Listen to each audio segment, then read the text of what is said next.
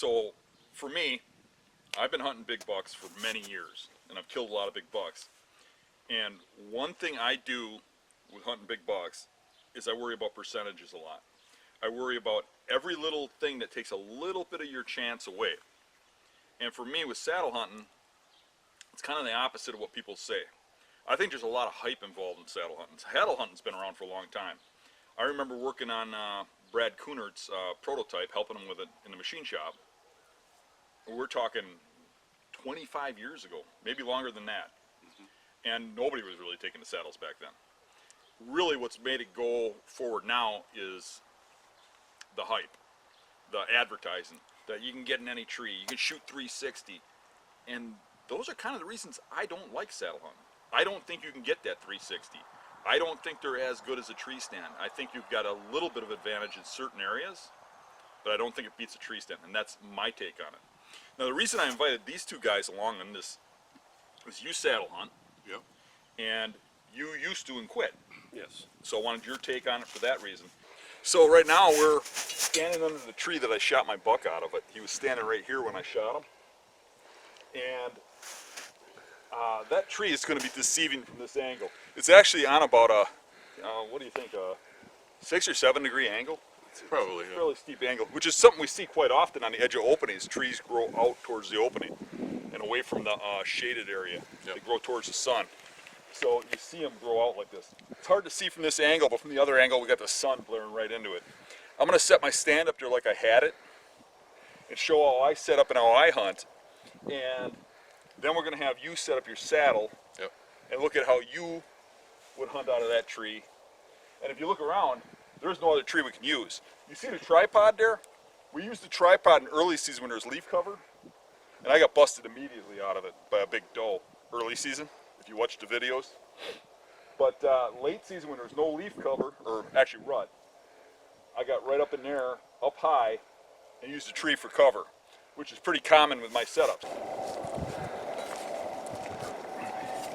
Okay, now I don't like putting the stand on backwards facing this way, but because it'll lean, I have to. I can't put it on the front of the tree because the tree is leaning at probably almost a 10-degree angle. Makes sense. So the other thing is too, is I can literally see the bed that the buck was in.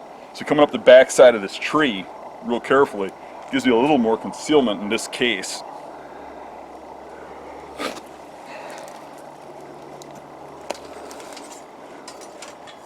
I know some political correct guy's gonna really have his day with me because I forgot my harness. Not being hunting season, I didn't bring it along. Oh well.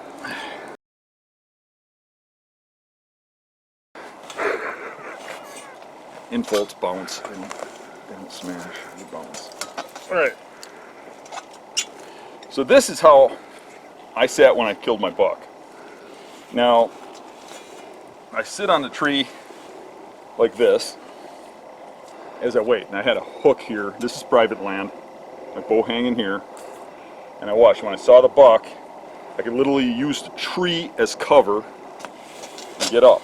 Now it really don't matter if that tree's behind me or in front of me. The tree blends in with me.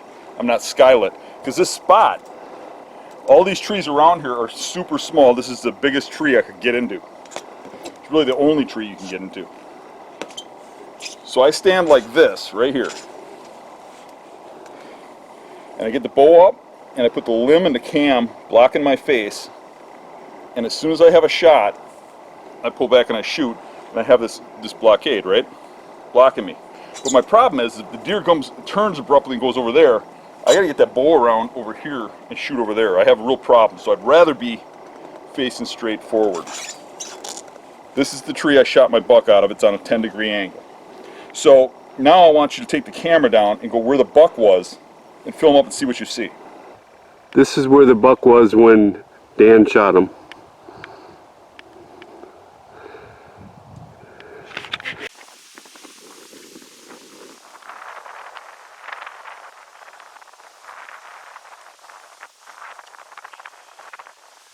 I just got a glimpse of a big crack going through the brush down there.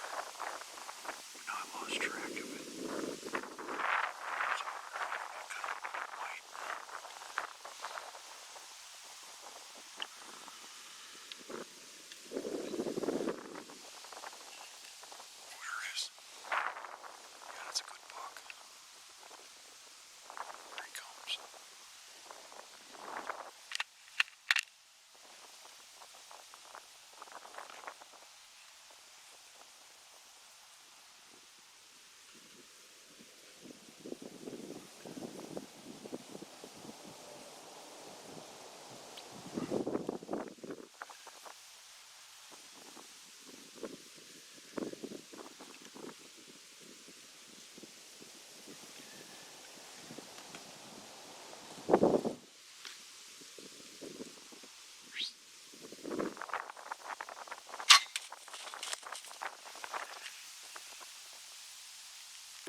So if you look at where Dan is now and the angle we're on, this would be like we would have multiple deer out in this field feeding, and this is what some of the other deer would see as Dan is aiming and drawing on the buck he wants to shoot.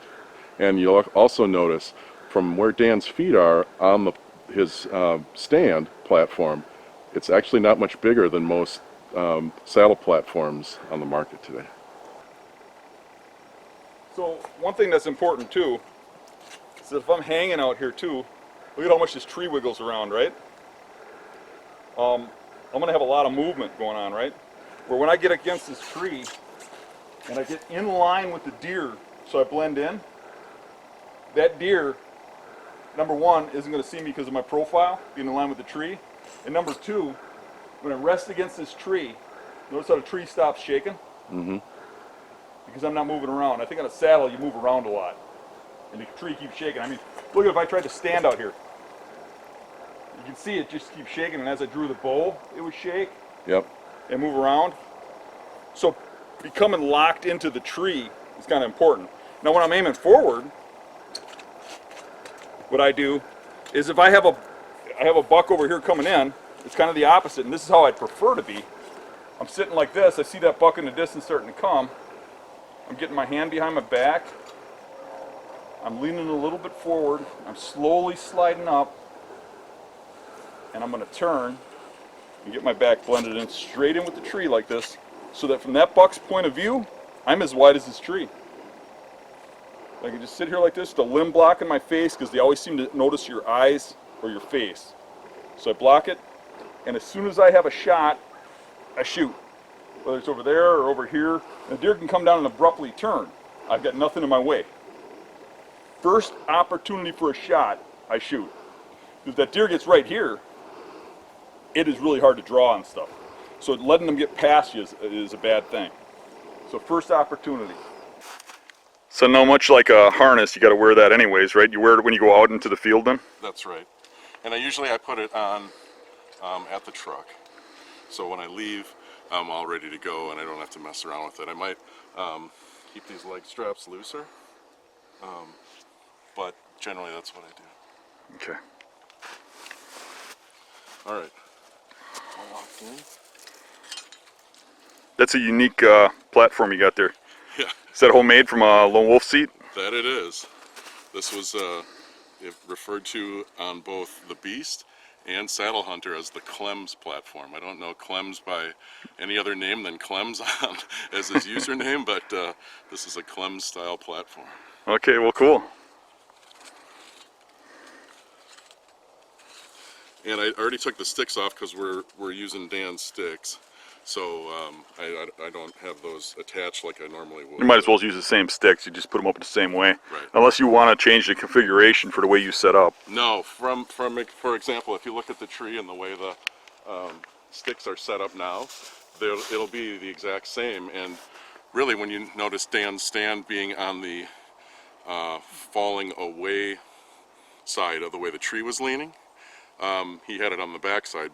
He didn't have it on the front side where the lean was. And so from a saddle standpoint, you're going to need to do the same thing. So what's interesting is that the saddle platform is going to need to be in basically the same spot that Dan's stand was. Okay. One of the things that I like to do, being someone that had gravitated to a saddle because I really don't like heights a whole lot, never been one of my favorite things, is using a lineman's belt, and that wraps around the tree and to these two loops on the saddle itself. However, when you look at this tree, because of all the vines that have grown in, I mean, these vines are nice because they can give you a snack in late fall, but trying to loop lineman's belt around this and to have to keep reattaching it and detaching it, it's a tangle. And now there's ways around it, much like just when Dan climbed up, he didn't use one. This, I couldn't use it either, but for me, if I would think of just from like a pure comfort and peace of mind standpoint, that would, potentially give me the willies a little bit. Now, two things. I mean, if you're preset in the stand, you could come in and do that. You could clear that so you could use a lineman's belt for more safety. However, you'd be cutting a lot of your cover off. That's exactly right, yeah. There'd be and especially when you're talking early season, right? This is all leafed up and it's natural camo. Now, Natural line. if this is on private land like it is, you could put a lifeline in. Yeah. However, I'll use this tree once every couple of years. Yeah. So, I mean, am I going to put a lifeline in every tree I use every couple of years? Some people do, but I don't think you would. Right, right. So, I mean, in the old days, we had a 3-point system. They always talked about, before anybody used lineman's belts, is having 3 points of contact. Correct. 2 feet. Right. Only one thing comes off the move at a time. Correct. And if you concentrate on it, it's a pretty safe way of moving up a tree, because if something gives out, you have 2 other things holding on. But a lot of people have made it into you have to use a lineman's belt. And just for me personally, I think that it depends. I'd use one if I can. Yeah.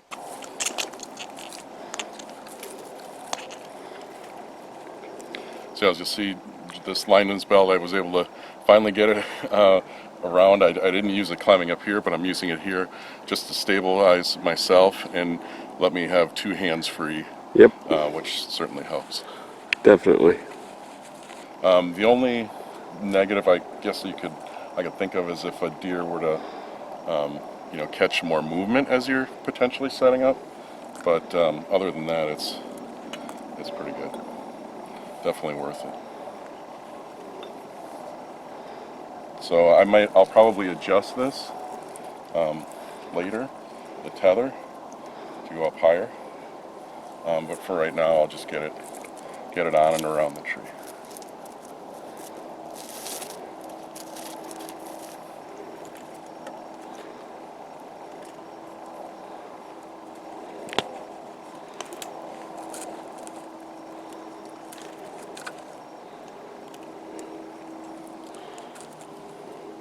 And then once I'm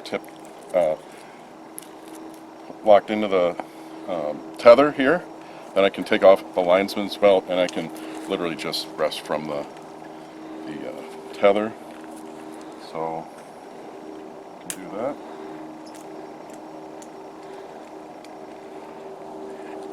And there are certainly people that are a lot more efficient than I am at this. I did use a mix of saddle and tree stand last year. So again, if you're looking for a professional, someone that's exceptionally good at it, there are a lot of other videos on YouTube that'll show you that. But if you want to see just your average guy who's trying multiple ways to do it to hunt mobile, then I guess I'm as good or bad as an example as you can get. Well, everybody starts somewhere.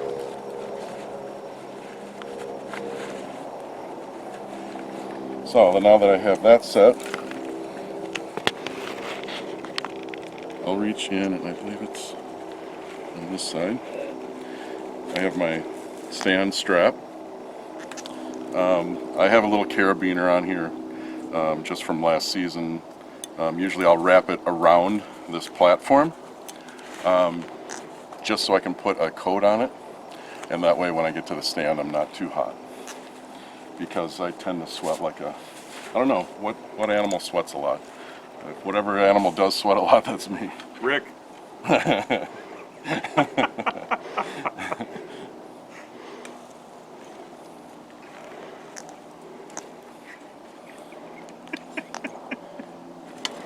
Okay, so this is going to be in almost the same spot that Dan had his.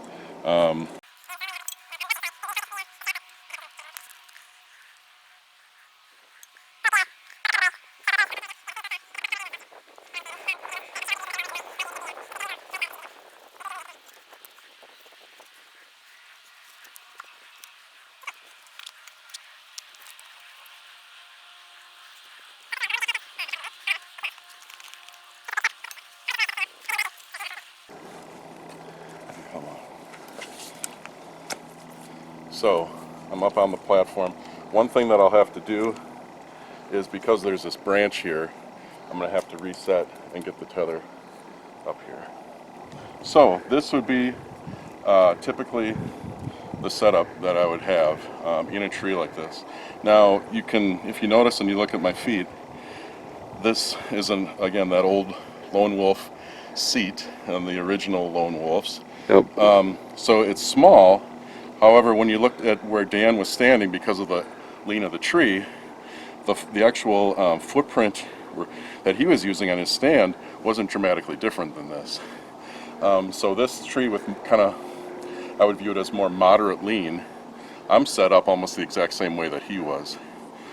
So the only true difference, I think, between the way we would set up and what we were doing is just the fact that I have this tether out in front of me.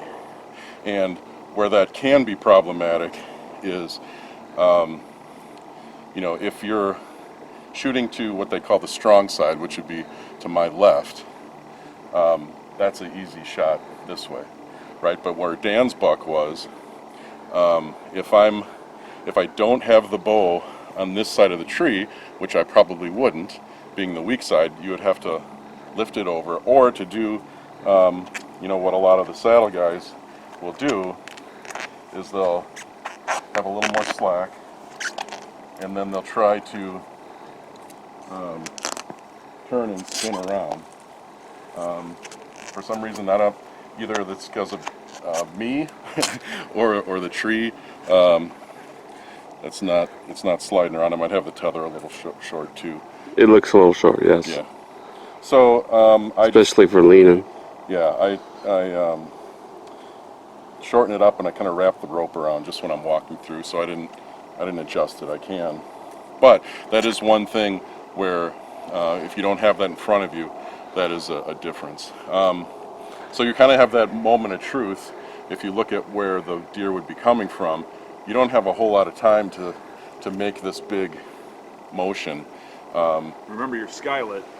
And skylit, right. So that's where in the saddle side, when you look at this tether, that's, I know a lot of guys will just say pivot the other way like I tried to, but didn't have the tether set up right.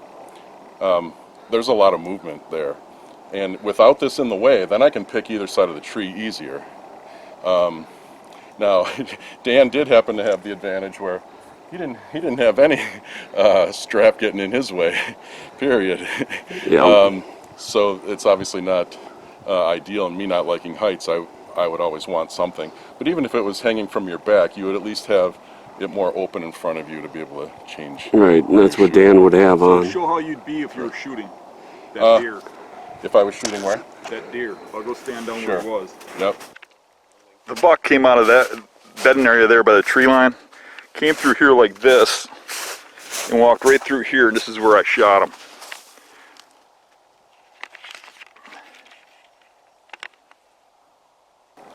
So yeah, I could do, if I was shooting from here, I would have to either get the bow around this thing, or I would have to. That's a really hard shot. You know, for example, they say the weak side shot and being able to shoot 360 degrees. I can lean and be away, and I can do that to a certain extent. However, for me to go there, I mean, if you can allegedly shoot 360, I mean, where you are, Dan, is like 358. I mean, it's almost the entire wrong way. I could take you and say the deer walked to here. Yeah. But now you're starting to lose your shooting lane. Correct. And as I come back around and do this pivot, the other thing You can't just turn to your right a little more and go over the line? you could. So the Dave, before you get too far too, remember that I was just as much expecting him over there as over here. yeah. The trails went through in several places. Yep. So he could have been on that side of me, or he could have been on this side of me. Right. And so that's the downside when you have the tree in front of you. Now I know, again, like I mentioned, I am not the world's most experienced saddle hunter. I'm not Right. John Eberhart, right, who's been doing it for darn near as long as I've been alive. And I'm old, John, so if you're watching this video, you have ways around it that I don't, or I'm not comfortable with my level of experience and you know, just how long I've been using the saddle. So for me, that's hard. And the other thing that you might not be able to tell from this video is the tree not only leans away, it also leans To the right from my viewpoint. So coming up over the line with a bow wouldn't work? I think you could bring the bow over, right? But you're going to have to do it. And remember, if you have an arrow nocked, in particular, Oh, yeah. this is open. That's the beauty of having a tree that's leaning away from you. However, you remember the things are, my bow is 33 inches axle to axle. That's, that's a bunch of movement for me to come up and then come back down. And then I can replicate everything Dan was doing, right? Right there. But the big difference is just that initial motion. So I can lean against the tree here. Like he was shooting here, I can lean against this way. I can do all that same stuff. One thing I'm noticing too is when you try to shoot over here, that tree is wiggling all over the place. Yeah. So once I'm here, that's one thing. I can feel it now. Well, maybe because I have 20 pounds on you.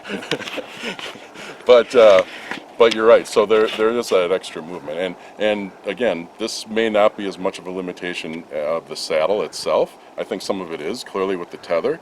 Some of it's my limitation personally. So now I've seen other people lean further back. Yeah. That might give you more of a shot opportunity. I think so. Yeah. So I did lengthen this tether a little bit when you walked out, and then I loosened this up a little. Now I could also have it a little bit higher, but I think that's about right. Again, the real experienced saddle hunters and guys you should watch if you really want to do saddle hunting is look at John Eberhart, look at a guy like Dave Toms. Those guys really know what they're doing and have great examples of it. If you're looking for saddle. Okay, so now that you're leaning out though, Yeah. now you look huge up there Yeah. in that open sky. Yeah. I remember So when I that's- was hunting, there was no leaves, Yeah. just like now. And so when you look at it, this tree is actually a pretty good size. But if you get something smaller, say in between the size of this one and the one to my right, then I look like a Tootsie Pop, right? You get this little stick and this giant blob around it that has movement. So Let me get a view from you from over here. sure. While I'm tethered like this, Right. yeah, So now if you got him up here like this, and a deer's over here, and he's trying to shoot over there, or he's letting a deer walk past, it's going to spot him. He's giant up there, way bigger than the limbs and trees around him, right, where he's not blending in like me leaning against there. Now, he did say that he could physically lean against the tree if he wanted to. yep, So he could do that and use that like a tree stand platform. yep, So just to be fair, he could do that, but the way I see it is most saddle hunters sit just like you're sitting, and it would be an extra effort to stand up, and then that tree's wiggling. yep. That is true. The other thing that we don't have the luxury of here, but it's not. You can see some trees behind us that are better, and I guess it's toward the bedding area there. There are bigger trees where the diameter of the trunks that are coming off of it might not be as obvious, particularly in earlier season. Here's the thing, though. I mean, that deer was bedded right where that tree line is, That's right. right? Yeah. So he got up, he walked out, he came out right here. I didn't know if he was going to go that way or he was going to go this way. He came out right here. This is where I needed to be. Yeah. There are no other trees. Right. This is it. Yeah. This is where I needed to be. Yeah. And sometimes, depending on what the trees are like, if I have the saddle, or I do use a stand also, I might do some kind of ground setup. At the right time of the year, maybe that works, but maybe not as well. It's an option, but what we're seeing, at least here, with the tether in the way, with the exact scenario that you painted out, Dan, from where your buck was, that's a very challenging change to make for me. And I think really for any saddle hunter, even if someone is vastly more experienced, if they have to try to rotate around the tree, even if they can do it, in a slow way, you're talking, you had what, a 20-yard shot, right? So that, I can see him slipping up along that tree a lot easier yeah, and shooting yeah, with the stand versus the saddle because you are, really standing out, yeah, yeah, plus your back. yep, I think he would have gotten busted that way. probably. And I think, I don't know if it was just partially seeing Dan and the way he set up, I had a little bit more of advantage, but I probably would keep it closer. And here, it's almost like you're standing, but with no, it's functionally not Talk about much comfort. different. Are you going to stand like that forever, or do you get to sit down, you put your knees against the tree? How do you do it? Typically, when I didn't bring them, I left them in the truck. But I have knee pads, and I would just lean against the tree like this. One more thing you got to bring out. Yeah, but the way I have it packaged on on the back of this platform. They just kind of snap around, and it's all one tidy little package behind me. So I actually strap the straps around the platform itself, and then sometimes, like I said, I'll bring clothes, and I'll use the tree strap and a carabiner to just wrap the clothes around. And that package that I have, and we can show you later, is just very compact, and that was another reason that kind of drew me to the saddle. The tree stands that I'm using is an Assault 1, and it's pretty narrow, but you just can't beat this saddle platform in the Do your stands. legs get tired? It can, yeah. And I think it's a matter of, also how much, you could straddle it. It's this kind of tree Or you could where sit it's leaned away sideways. from you is tougher. And you can see, and it's probably real obvious to Dan just how much this tree is moving when I move. When I look at this kind of motion, it's very small here, but when you look at the branches, Right. Now the thing is, the particular day that I was hunting, it was extremely windy. There was 20-mile-an-hour wind gusts. Yep. So how do you think that would have affected you? To the positive or to the negative? I don't Positive. I think it would have been to the positive, right? Because it would have hid some of the movement. I think that's definitely where it would have helped. Any motions I would have made, the tree's already kind of moving. And then the other thing that's You'd still be a blob, about though. the saddle, yeah, I would still be a blob. But when you are attached to the tree like this, this strap is always under tension. Where you might have a back strap on a stand, it's generally not under full tension when you're moving around. So from a security and safety standpoint, I don't think it would have been that much different. So for the exact same scenario that Dan painted with where the deer is, I would have rather been in a stand. I think the way this thing is set up is comfortable, and if it was on a windy day like Dan was talking, some of the motion and the movement I'm getting out of the tree wouldn't have been a big deal. It would have already been doing that, and I would have been comfortable with it. But just that last second needing to move, I think Dan around the tree, Dan would have had to do the same too, but this tether does complicate things. And just with the way you mapped it out, I think it would have been difficult to execute that shot from the saddle, personally, for me and with my own limitations.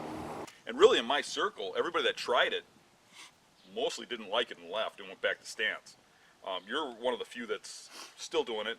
Mario uses it here and there. He goes back and forth with both of them. Yeah. Now, for me, I don't know what tree I'm going to end up in. So I got to be prepared for any setup I can get into. So I want to be able to, I'm going to hunt this tree here, and this is a tree that I could use setup number A for, right? Or letter A. Yeah. But on my way to that stand, I'm often going to scout over here and scout my way in. And I use my time going to my trees as scouting time. I always do. It's just something that's in me. It keeps me on fresh sign, and usually the big bucks I kill are when I hit fresh sign rather than go to a spot. So when I get to this spot, I might not necessarily be able to use a saddle that I could use on the spot I was intending to go to. Right. Now what do? Now in your case, you said you hunt off the ground. Sometimes, yeah, if I get into something, and it could be even with a stand, but if there's something I don't have a tree to get into, then yeah, I will hunt off the ground. See, for me, I do that too, but it's because there's no trees available. But I think there's cases where you can't hunt out of a saddle, but you can a stand. And I want that stand option. If I can. If I have to hunt off the ground, I will, but I get busted so much off the ground that I would much rather be in a tree elevated. Yeah. So for the percentages, what I'm looking at is if 90% of the time, maybe 80% of the time, I can get into any tree with a saddle. But that 10 or 20% is a big deal to me. Right. And basically, those screwy trees that I can't get a saddle in are the trees that I normally kill my big bucks out of. Yeah. So that 10 or 20% tree is literally my bigger kill tree. So that percentage goes way up to maybe 40%. Right. Or 30%. So for me, it's all about being able to get into any tree, be able to shoot comfortably, be able to shoot in any direction, not losing any kind of windows.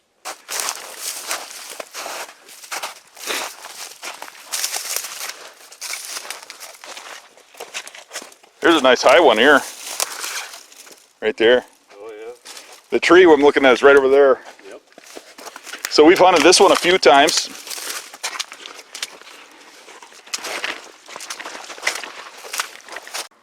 So you were out here when we hunted this tree Correct. during gun season. During gun season, we were going to drive it. Right. So I've hunted this tree right there in that little bend several times, and I can lay up against the tree to shoot where I'm laying angling that way. I think going this way, you're kind of skylit, you know, but with my tree, I'm using the amount of platform that you would with a saddle platform. Yeah. If that, because my feet are right up against the tree. Now, where are you located? Are you located Right where the branches stop. So just before the angle, so my head's over the top of that angle. Okay, got it. And then I can shoot down into the trails over there. I can shoot into the trails over here. But how are you hunting that with a saddle? Great question. I don't think you do. And even this stuff, this other. Well, what are you going to cut a mile out of that? That's the problem with that one, right? Right. And even if you did, It's so hairy. you cut a mile out of that, and then you got to cut a hole all the way around it. So you cut out all your cover. Yep. And you're skylit. Yep. So I mean, right there, I can blend in enough laying into the tree that I can get away with it. And I think that's really the key, and one of the things that I picked up from you on just kind of when you're showing your videos when deer are coming in, the way you're lining up your body in relation to the tree, where you're keeping it in line. So if you have to turn sideways in order to stay in line with it, you do. And I think, you know, from a saddle, just the way you're hanging, that makes it a lot more challenging.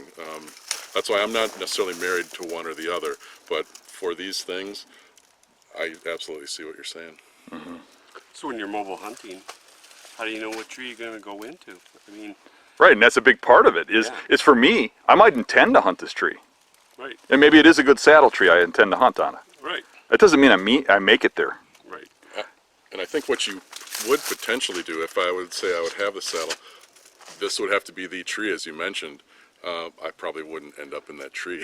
I would actually end up in a tree that's back behind us a little more. Right. If you rotate, you know, back over to the side, where you can see a trail going in there. Right. But it just happens to be, when is the deer going to get there? When is he going to get to, or is he going to take that he trail gonna or take this that trail? trail? This trail here? Yep. There's a trail here.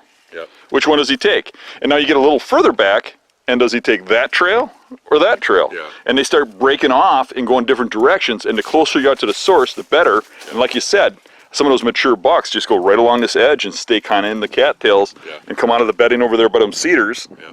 and come through here. And by the time they get right here, it's low light. So if I'm back in a tree that I think would work better for the saddle, but it's still close, that might not be close You might be enough. sightseeing. You might see the deer. Correct. Then the next day you move and he's gone because he smelt you were there. Yeah. To me, there's a tree you got to be in, and this is the tree for this spot. Yeah. And then that's the case, you got to hunt it with what you need to hunt it to be in that tree. Right.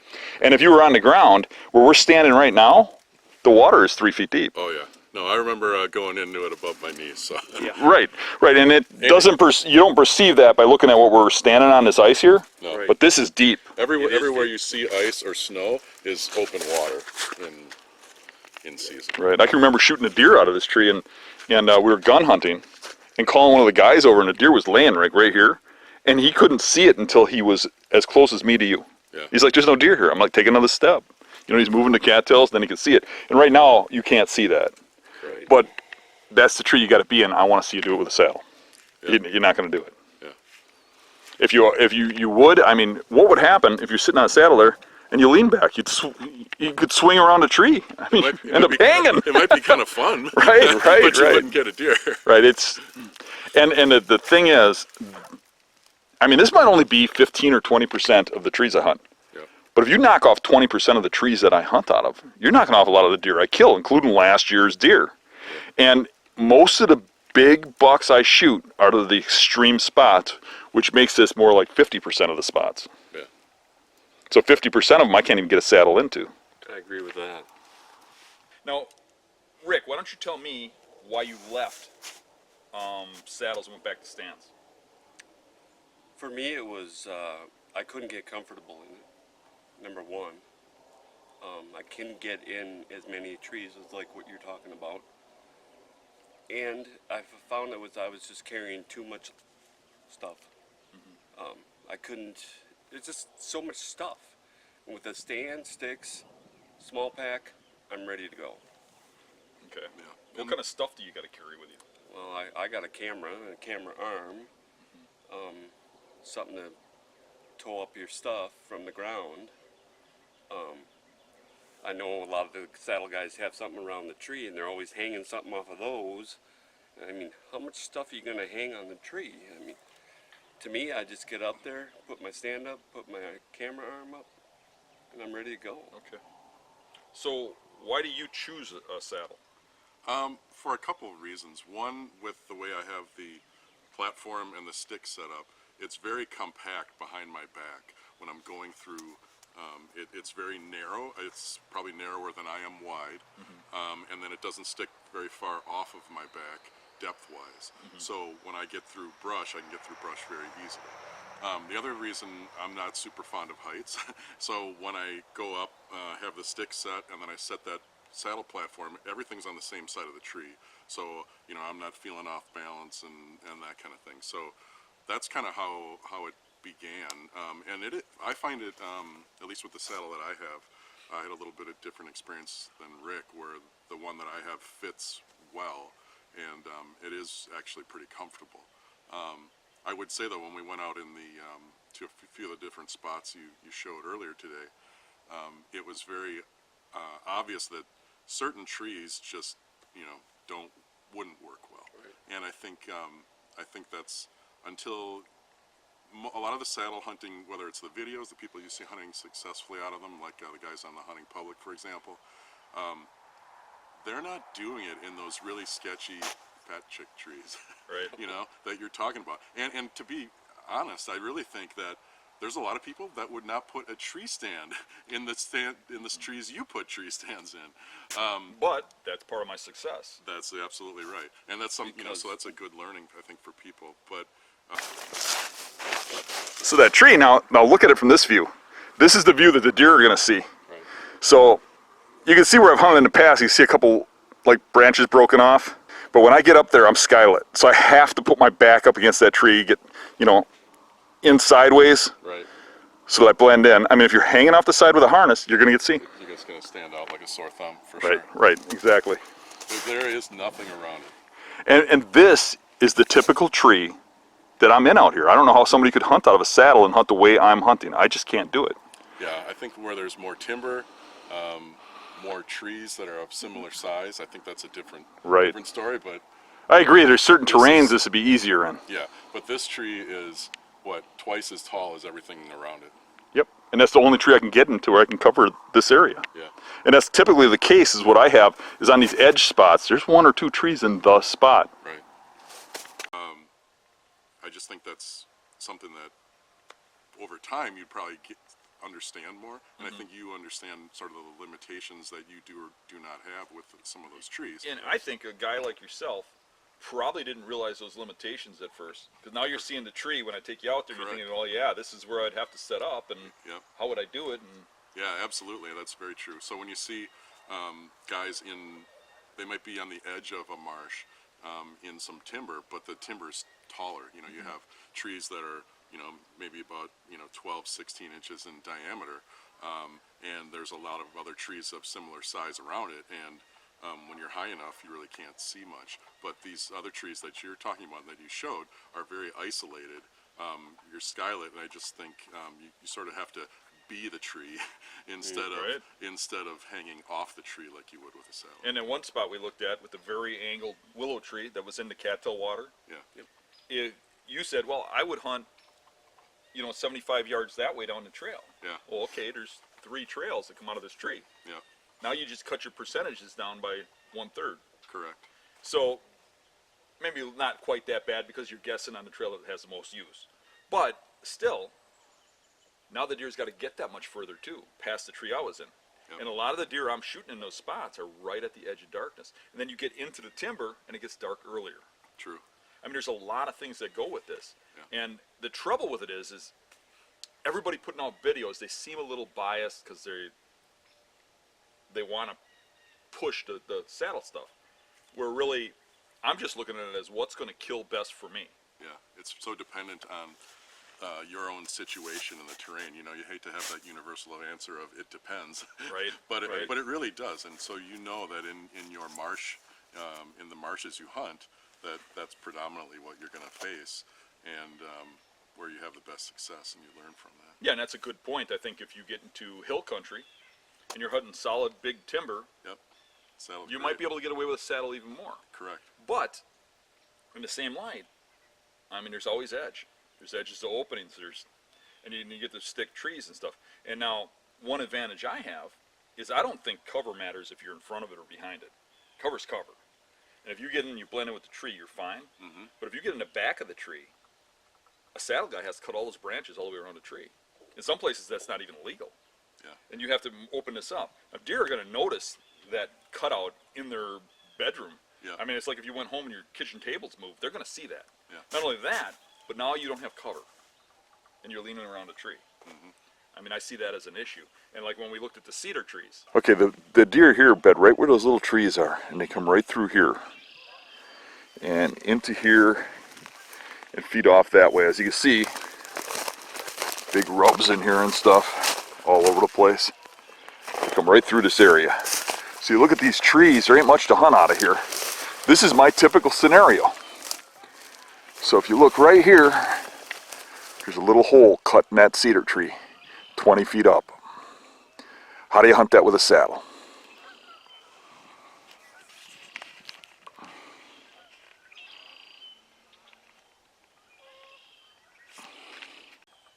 What do you do? Cut every branch around a cedar tree to sit on the back of it? Yeah, that would be, that's not, yeah. In the cedar tree, that wasn't possible. And pine trees are the same way. I mean, you got a lot of limbs. Yep. You cut a hole out to shoot a window, and that's what you have. And if you got to go in the back of the tree, there's a patch of tree that's not there. Correct. You know, Yeah. it's interesting. Normally they bed back in there on the other side of those cattails. Yep. I don't know if the camera picks it up. There's a patch of cattails on the other side of these trees that we can see. And then they come over here. In wintertime, they were eating on these cedars when the snow was deep. And you can see it. I mean, look at all this poop and stuff around here. And all the cedar branches are clear down here. You see that? Yeah. See how they're all eating down low? All the cedar is eaten. Yeah, I mean, this side is just way more. There's a ton of shit here. Yeah. And one of my favorite places to set up in a spot like this is to get in like a cedar like this. Right here. And just make a hole in there. You know what I mean? Just big enough, one or two branches, you could just stand in there and you can shoot out, right? You can cover this whole little area. So if you see a big feeding pattern here, you get in that day, put a little hole there, put your stand in there, which is legal here now. You can cut limbs right up against the tree. That's in our rule book now. So you can put a stand right there, put a little hole in there, and you can shoot this whole little area, coming over the hill, slide into there. How you doing that with your saddle? I'm not bringing my saddle that day. But if you came in here and you found that, Yeah. and you got your saddle, then you know what you're doing?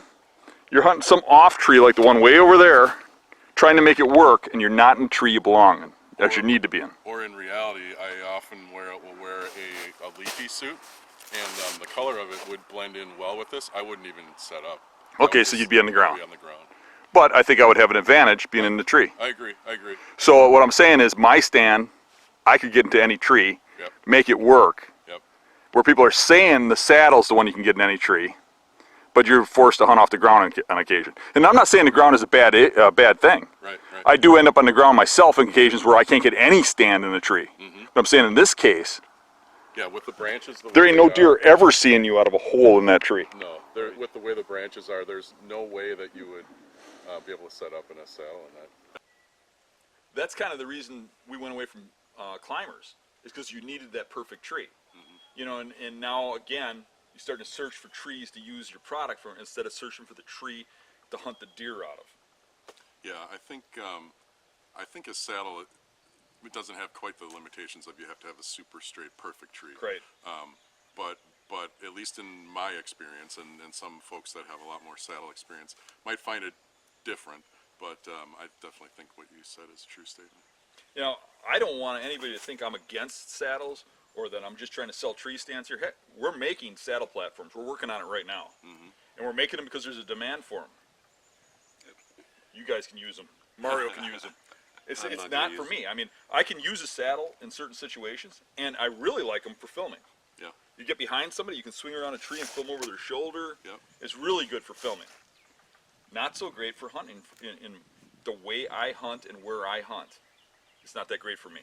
I know a lot of people love them and stuff, and you know, I think that a lot of it is hype. I really do, and salesmanship. You're not getting 360.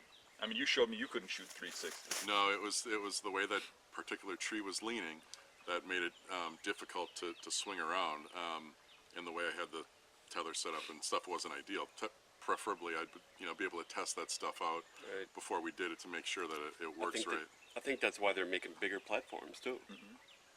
But Now, you might as well carry you know, your as I'm doing stand. prototyping, people are asking me for stands that wrap around the tree. Right. Right. I mean, now you talked about the imprint of the stand behind you and how big it is. Yeah. Yeah. Now, when you start getting into these little stands that weigh nothing and they're the same weight, is it that big of an issue? You still got the sticks on the same direction. Yeah, I have the sticks vertically behind my back, so So now if you put the stand in to within your back range, it's definitely better. When I first started actually going mobile, I had a really huge platform, and it was awful. And then when I switched to one of the lightweight older lone wolves, then it was a lot better.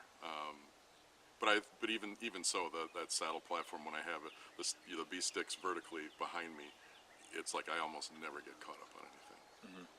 So I'm not making an extraneous noise or getting stuck and caught up. and you're actually using bigger sticks than I am. You're Yeah, using the the full full size length B standard. sticks, Correct. and you're not getting hooked up. Yep. And people are always telling me, "Oh, I ain't gonna get those because they're gonna hook up." You're using the full size ones, so But they're not I have hanging them. up. I have them vertically. Okay, okay. Parallel with my. So spine. now I have them this way, Yeah. but I have the shorter ones, and they're not hooking onto anything. Yeah. Right. I mean, they do a little bit, but no matter what you take back there, it hooks up a little bit. I Sure. mean, you go through some really thick cover. Yep. I actually had more of a problem with the stand when I had the sticks stacked upright the way you're talking. Yeah. When I bend over, stuff would catch on top Yeah. instead of the sides. I have to watch that a little bit, but it's not. It's not too bad. Okay. I guess it depends on where you're at. Correct. When I go through that brush, a lot of times I'm ducking under stuff Yeah. and it's catching. Yeah. Same here. There's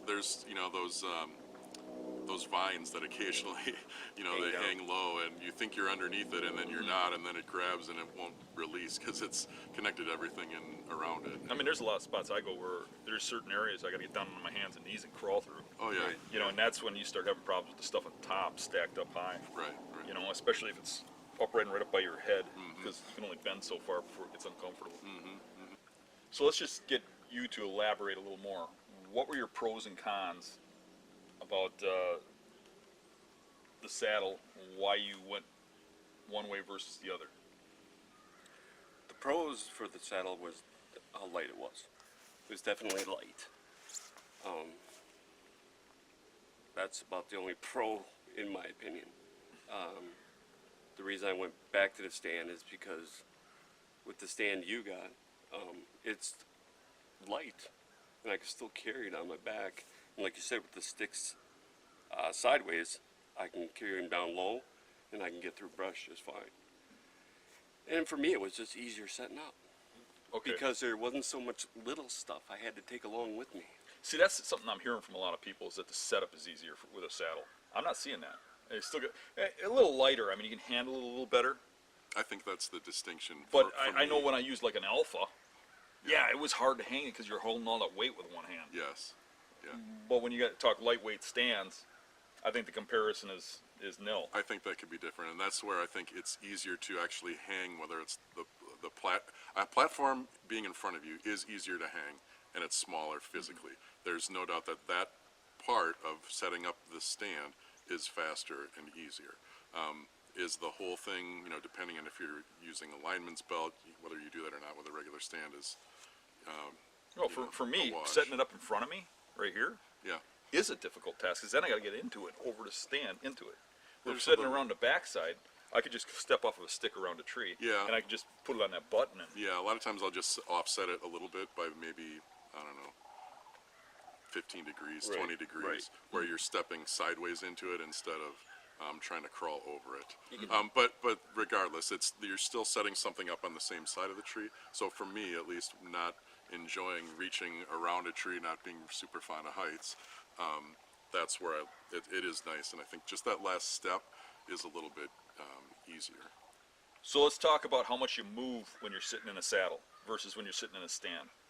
Now I know I can sit rock solid in that stand and just slide to my feet and lean into that tree and not shake the tree around and stuff. And a lot of times I'm in small trees, I'm in a swamp and or on the edge. Even if I'm in bigger woods or hill country, I'm often on the edge of an opening or edge of something.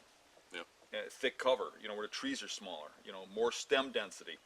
Those trees are small, they shake around, and you move, everything shakes. How's your movement with those things? That was the biggest thing for me. That was the biggest con that I had. The movement, I moved so much more because I couldn't get comfortable in them than I could in the stand. Yeah, so for me, like I said, the saddle that I got, and I had to try two, but the second one that I got fits me really well, and it's very comfortable to sit in.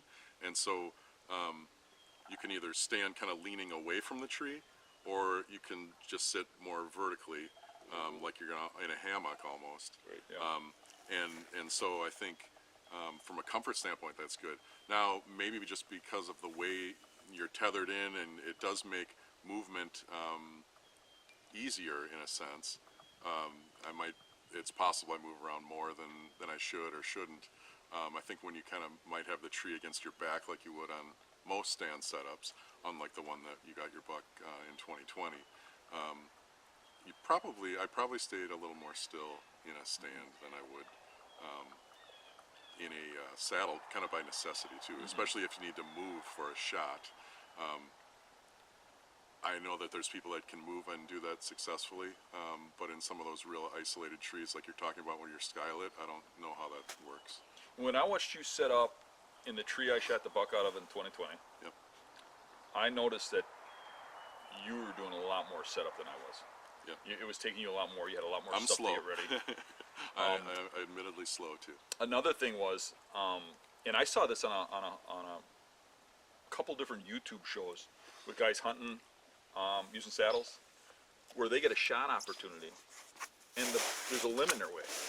Now, there's been a lot of times when I go down on one knee, or I get down real low and I shoot my buck, or I raise up and shoot over a limb, and that's hard to do when you have a tether. You might be able to raise up a little, and even that would be kind of hard.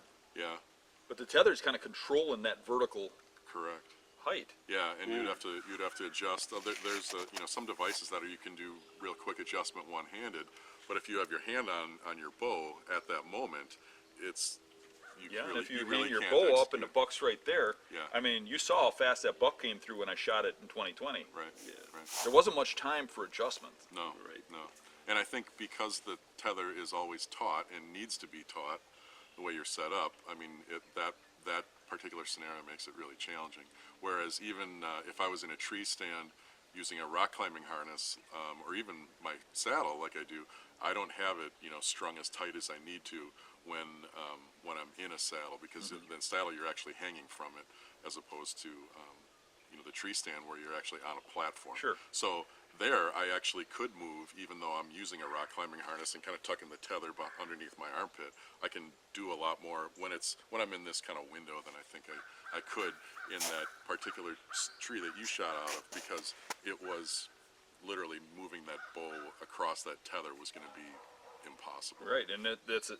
In that situation, the buck could pop. He's coming straight on. He could go this way or he could go that way. And if I don't know, I got to get that. Yeah.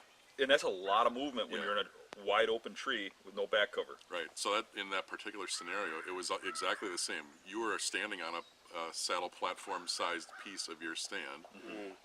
Everything was the same. The one distinction being that tether, which blocked it. Right, and I had that too because I had a harness on, so I had a strap coming around me, right? Yep. Kind of in the way. A little less because it was kind of above me, and I could get to stand the bow around like this. Yeah. But in most cases, my stand is facing that buck, and it's not an issue. Now, for me, when I set up, here's the big difference: is I know where that buck's going to come from, the bedding area, right? I'm going to set up ideally not in that case in 2020, but I'm going to set up the stand facing that buck. The tree is my cover. And I'm going to sit there like this, and when that buck shows himself, I'm going to slide to my feet real slow, roll up that seat, and turn broadside like this and get the tree in line with me, so right behind me here. And I'm going to get that limb up in front of me like this and block my face. When that buck comes, doesn't matter if he goes that way, it doesn't matter if he goes that way. I'm following him, and the very first opportunity he gives me for an ethical shot, I'm shooting. And that might sound cliche or whatever, but those mature bucks have a real knack for busting you if they get too close. They get within like a 10-yard frame, try drawing or anything without them busting you. Getting an arrow in them as fast as possible is a good thing. Now, when you got a limb and stuff in your way and you're trying to get arrows, it's just, you put too much into it. Where it's just so simple when they're coming at you to just draw the bow and shoot. And that's my thing. And I can think of several deer that have surprised me how they moved. And if I was in a saddle, I wouldn't have got it. And the saddle guy would probably just say, well, that's luck. He turned the wrong way. Where I'd say there's ways you can fix that issue. And that's me, is I'm about fixing every issue I can to kill that buck as effectively as I can. And I could see, you know, from your videos and that description you just gave, when you turn sideways and you try to kind of become in line with that tree, in a saddle, I've often joked that I look like a Tootsie Pop, right? Where you got this little stick and then this big blob hanging out. And on a saddle, I don't, you know, if you have a big enough tree, you can hide behind it, right? And that's ideal. But with the kind of trees that we looked at and that you often hunt out of, that's a different story. Yeah. And like I said, honestly, probably the majority of trees I hunt out of, you could maybe get a saddle in there. You might have to do a lot more cutting than I cut, which in a lot of places isn't legal. Right. They legalized it in Wisconsin now. You can cut around a tree. But in a lot of places, I believe Michigan's like that, you can't cut limbs. Yeah. I might be wrong. Let me know if I am. But some places you can't cut limbs on public land, and mobile hunting is mostly about public land. Yeah. So what do you do? What I would do in that scenario, not that it always works perfectly, but I have these little bungees, you know, the kind with that have the little plastic knob on it, and I put them on the molly loops on my saddle, and then I carry my sticks in there on the way up, so I only have to make one trip up the tree, and then I could just take those out and kind of, you know, pull them back a little bit and kind of move a branch out of the way in that case. So there are some other options, but There's still a lot of screwing around. it's a lot of messing around. Yeah. And it depends, you know, when you are as close to the bedding as you talked about, you know, you need to be quiet. So every movement that you have, there's Even potential for sawing noise. limbs. Yeah, I mean, that makes a lot of noise. there's a potential for noise as well as extra movement. If the buck has a line of sight, anytime you do more of anything, there's more things that can go wrong. So now, too, even if you get away with the noise, like when I hunted, it was real windy. Maybe I could have got away with cutting those limbs.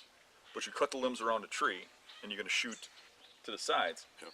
Now you made an obvious spot that somebody hunts. Even if the buck don't pick that out, Yep. other hunters will. Yep. When I hunt an area, I mean, we looked at some trees today I've hunted. Would you know I've hunted them? No. Pretty much no. Some not. There was one in particular that was a real wonky one, and you could see, you know, once you said, okay, I hunt out Yeah, of this but you tree, had to know I I hunted had there to know see it, and then I could see some limbs that were cut, but otherwise, no. Yeah, so I try not to leave a footprint that I've been someplace. Then if somebody figures it out, at least you know they figured it out on their own. They didn't come steal your spot. Yeah.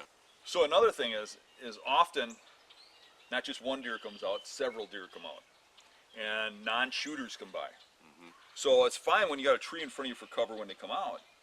But if you're kind of in the one good tree you can hunt and everything else is low or small, and those deer get past you, they're going to see a giant figure hanging out from the tree. Or even if you're still and they kind of ignore you, the buck comes out, you're going to shoot him, and you go to draw, and this one starts blowing because you're sticking out from that tree. Where I got my back against that tree, and I'm really blending in with the tree as much as possible. So I'm less likely to get seen. That's not to say I don't get busted occasionally from a deer off to the side. Yep. I'm just saying it's less than somebody hanging out from the tree. Yeah, and particularly with those isolated trees, I think when there's the trees that are big enough to drop acorns and the branches sticking out of the main trunk are bigger, I think that's maybe less of an issue. But then you need to be in obviously That's another bigger, tree you got to roll around further though to shoot. potentially. But then it just depends on the scenario. Then you might be able to do a turn. But when there's satellite deer, that turn can become problematic too. I think it actually is a lot of movement. I know that, for example, one of the guys that talks about saddle hunting a lot is, and you well know, is John Eberhard, right? But he uses that ring of steps, and he sort of tries to keep the tree in between him and the deer as much as possible with a platform that I was using today.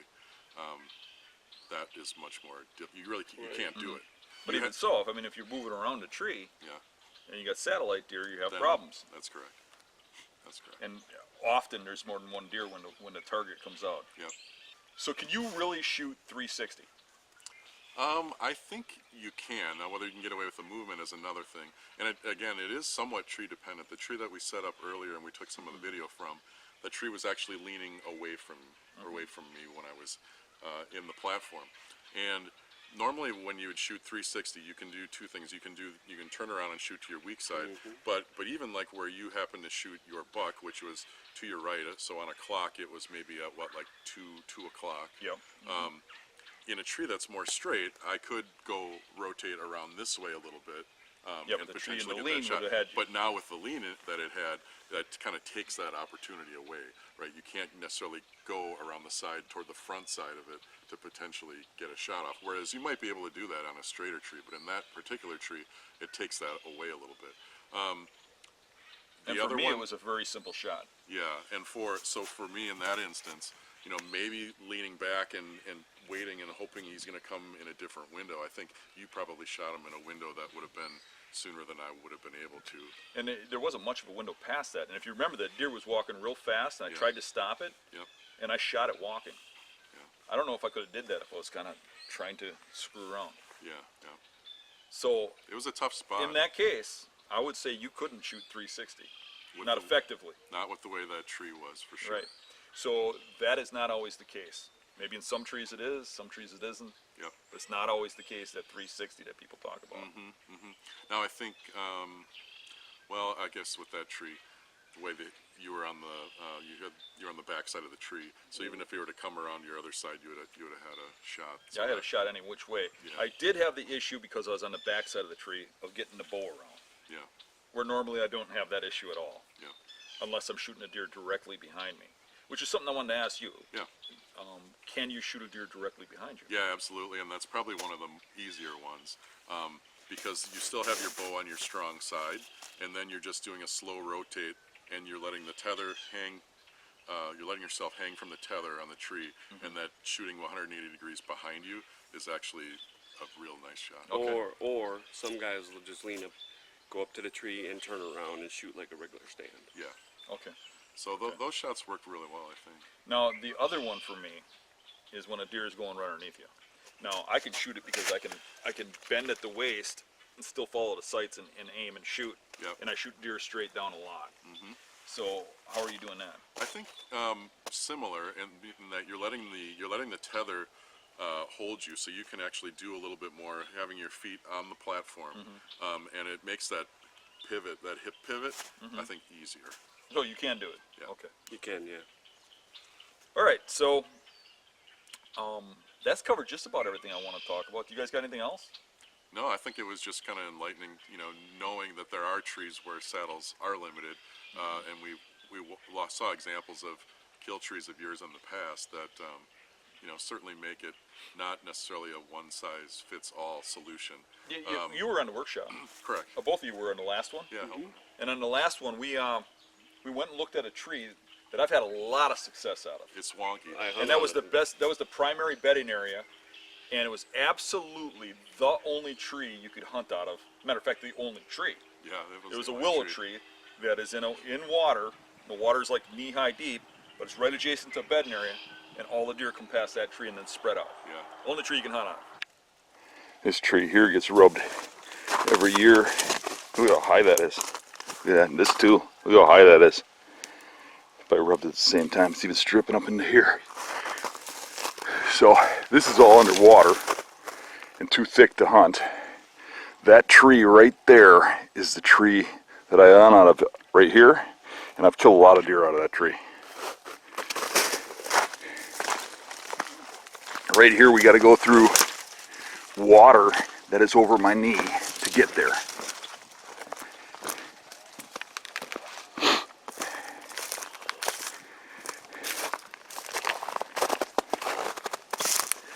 So I slip through here, sneak to this tree, and I do this about once a year, maybe every other year. And this is one of the main deer trails, but another one comes through like this and goes through over there, another one comes out of there. I've shot a couple bucks from that tree down into there, like right where that dead tree is. And I've got a couple right underneath that tree that came through, and I have some get up out of beds over there, so I got to really sneak. And I had a real nice 8-pointer a couple years ago get up right underneath that tree, which, I don't know, maybe 75 yards, maybe closer. But this is the tree that I get up. Now from this angle it don't look that bad, but let's take a look from a side angle. Hey, you see big buck tracks right there. Here's one of the trails. But everything meets right underneath this tree, which is why I come here. This is the main trail. They come down this one and then they split off usually. Right here. But look at the angle on that tree. It's more severe than it looks. You get the stand right up in there, and you couldn't put a saddle on that if you wanted to. And you have little windows you got to shoot over. You see any other tree here that you could hunt out of. You go over there, you're too far out of the picture. You're way too far over. The deer movements over here usually, they come out of this bedding area right here. They're bedded right there from 50 to 150 yards away. And this is where they come and they split up into the sticks up. That's the tree you got to be in, right there. That ain't happening in a saddle. You got a saddle in that? I don't know, Rick, when you hunted it, did you try it with a saddle or was that your stand? No, I did it out of a stand. And what did you think of that tree? It was wonky, that was for sure. It definitely wouldn't have been able to do it with a And saddle. honestly, you couldn't get most stands in that tree. I didn't go up as far as My stand, you can get into it, but if I'm going to be honest, you probably couldn't get most stands in that tree. Yeah. But I can hunt out of that tree in a stand, and I would be very impressed if you were able to hunt out of that effectively with a saddle. Yeah. Trees leaning back like this, the deer are coming from that way. Yeah, yeah. What are you doing? Yeah, it's a tough one for Yeah, sure. it would be very hard. Yeah.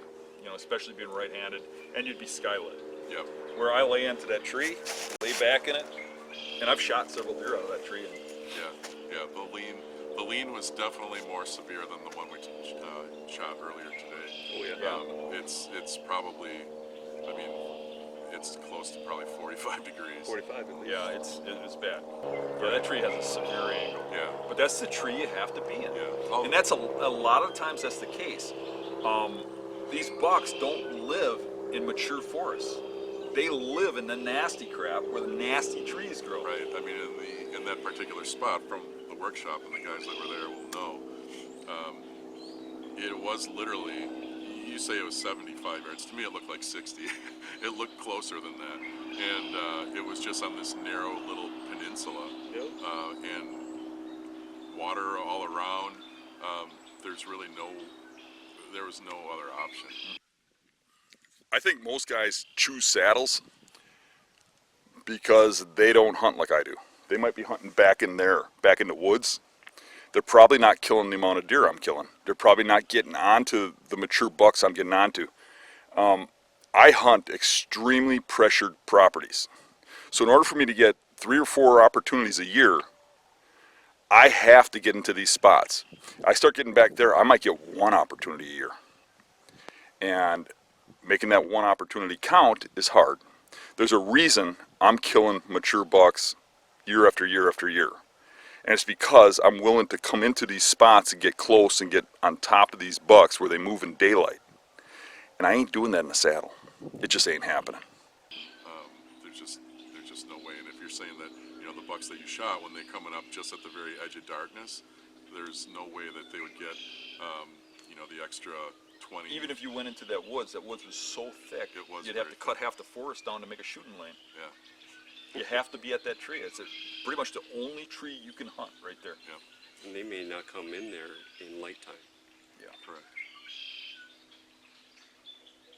The saddle was comfortable for me. The saddle itself, it was the leaning that bothered my legs and my knees and stuff. That's one other thing I wanted to bring up was the safety thing. Yeah. A lot of guys have told me, you included, that you feel safer in a saddle. Yep.